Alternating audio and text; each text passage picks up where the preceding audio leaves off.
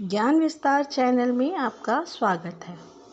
हम सब ने देवों और दैत्यों के बीच हुए प्राचीन समुद्र मंथन के बारे में सुना है, किंतु क्या वास्तव में आपको ये पता है कि समुद्र मंथन क्यों हुआ था? समुद्र मंथन की आवश्यकता ही क्यों पड़ी थी? आज हम इसी रोचक कथा को जानने वाले हैं। असल में समुद्र मंथन करने का कारण ऋषि दुर्वासा का वो श्राप था जो उन्होंने देवराज इंद्र को दिया था। ऋषि दुर्वासा महर्षि अत्रि और उनकी पत्नी सती अनुसुईया के छोटे पुत्र थे, जो भगवान रुद्र के अंश से जन्मे थे। माता अनुसुईया ने त्रिदेवों की कृपा से उनके अंश से 3 पुत्रों को जन्म दिया। ब्रह्मदेव से चंद्र जन्मे, विष्णु भगवान से दत्तात्रेय तथा भगवान शिव के अंश से महर्षि दुर्वासा का जन्म हुआ। महर्षि दुर्वासा अपने क्रोध के कारण संपूर्ण विश्व में प्रसिद्ध है। इन्हें संसार का सर्वाधिक क्रोधी ऋषि भी माना जाता है। ये इतने क्रोधी प्रवृत्ति के थे कि श्राप तो इनकी जिह्वा की नोक पर रहता था। हमारे पुराणों में ऐसे कई प्रसंग हैं जहाँ पर महर्षि दुर्वासा ने क्रोधित होकर कई श्राप दिए और इनके श्राप से देवराज इंद्र भी ना बच सके और उन्हीं के श्राप के कारण समुद्र मंथन करना पड़ा।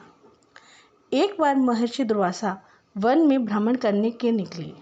अचानक उन्हें तेज और अनोखी गंध का अनुभव हुआ। सुगंध इतनी अच्छी थी कि दुर्वासा अपने को रोक नहीं पाए और सुगंध की दिशा में चलने लगे।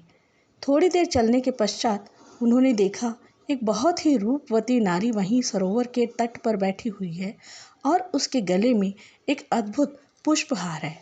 वो अद्भुत पुष्पहार बहुत ही जगमगा रहा था और वो अलौकिक गंध उसी पुष्पमाला से आ रही थी। उसी गहन वन में उस रूपवती नारी का उस हार को लेकर बैठे रहना महर्षि दुर्वासा के लिए आश्चर्य का विषय था। महर्षि दुर्वासा उस स्त्री के पास पहुंचे। एक जटाजुट योगी को अपने पास आते देख वह कन्या तत्काल उठकर उन्हें प्रणाम किया। महर्षि दुर्वासा ने विस्मित हो स्वर में पूछा, हे देवी, आप कौन हैं और इस घने वन में अकेली क्या कर रही हैं? उस पर उस कन्या ने उन्हें बताया उसका नाम विद्याधरी है और वे वायु की देवी है।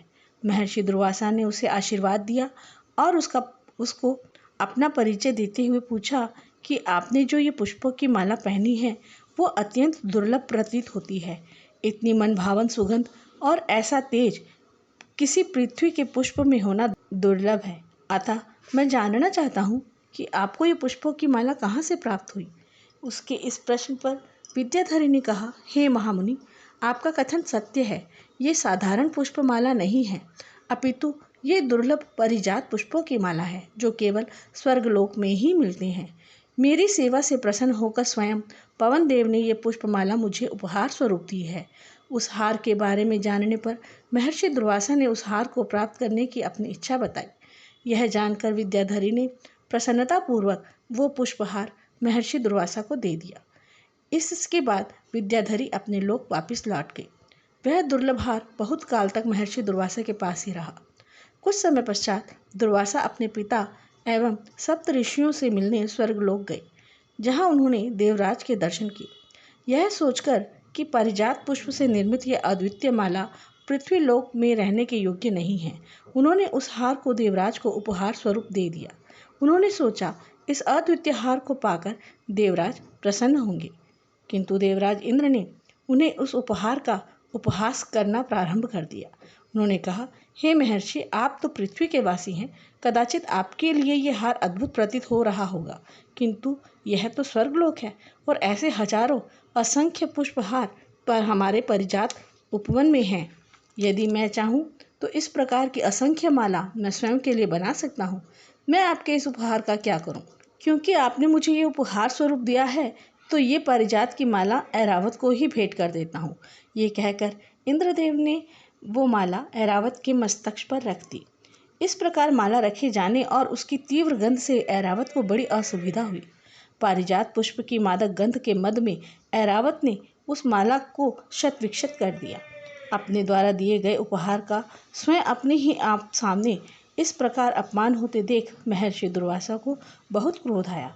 उन्होंने क्रोधित स्वर में कहा, हे इंद्रदेव, आपने अपनी संपदा और ऐश्वर्य के मद में मेरे द्वारा दिए गए उपहार का ऐसा अपमान किया है। आप ये भी भूल गए कि उपहार का मूल्य नहीं देखा जाता, वो सदैव अमूल्य ही होता है। इसीलिए मैं आपको श्राप देता हूँ। जिस ऐश्वर्य के अभिमान में आपने मेरा इतना अपमान किया, वही ऐश्वर्य आपसे छिन जाएगा और आपके द्वारा शासित तीनों लोग श्रीहीन हो जाएंगे।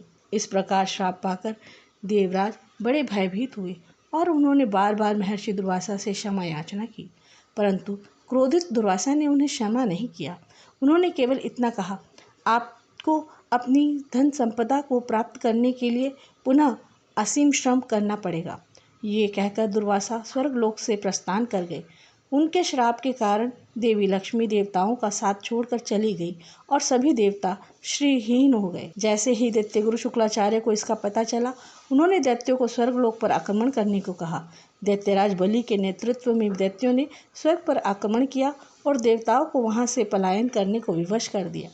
महर्षि दुर्वासा का श्राप और दैत्यों से बचने के लिए देवराज इंद्र और अन्य देवता दर दर भटकते रहे। अंत में वे परमपिता ब्रह्मा के पास पहुँचे और उनसे अपनी रक्षा करने की गुहार लगाई। ब्रह्मदेव ने कहा कि उन्होंने स्वयं अपने अहंकार के कारण संपूर्ण संपदा को खोया है, अतः उन्हें अपने सामर्थ्य से ही पुनः प्राप्त करना होगा। इस पर इंद्र ने ब्रह्मदेव की अपनी संपत्ति को पुनः प्राप्त करने का उपाय पूछा। तब ब्रह्मदेव ने नारायण के साथ विचार विमर्श करके देवताओं को समुद्र मंथन करने का सुझाव दिया। तब देवराज इंद्र और देवराज बलि ने अपनी अपनी सेनाओं के साथ मिलकर महान समुद्र मंथन का आयोजन किया और उसी के कारण अपनी अपनी संपत्ति पुनः प्राप्त कर ली। देवराज इंद्र ने दैत्यों पर आक्रमण कर पुनः स्वर्गलोक हासिल कर लिया। समुद्र मंथन किस प्रकार हुआ और कौन कौन सी अनमोल वस्तुएं समुद्र मंथन से प्राप्त हुई, उसकी विस्तृत जानकारी के लिए एक वीडियो अलग से बनाया गया है, जिसका लिंक डिस्क्रिप्शन बॉक्स में दिया गया है। ऐसी ही अनेक अलौकिक धार्मिक कथाओं के तथ्यों को जानने के लिए चैनल को लाइक एंड सब्सक्राइब करें।